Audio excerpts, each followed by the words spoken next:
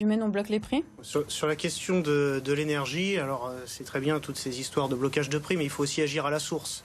Et aujourd'hui, il faudrait peut-être renégocier avec nos partenaires européens le fait d'être dans le marché commun de l'énergie, puisqu'en réalité, nous en France, avec le nucléaire, on serait en capacité d'avoir des tarifs beaucoup plus intéressants. C'est notamment plus nos voisins allemands qui sont dépendants du gaz russe, on en a beaucoup parlé, qui fait que les prix ont flambé comme ça. Donc il faudrait peut-être renégocier pour que plus justement on ait chacun nos prix.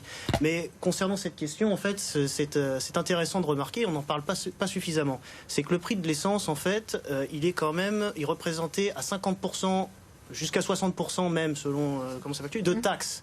Et il faut rappeler, Madame Lejeune proposait tout à l'heure des grands plans d'investissement dans tous les sens. Il faut savoir quand même en France qu'on est le deuxième pays le plus imposé du monde et qu'en fait l'argent il y en a.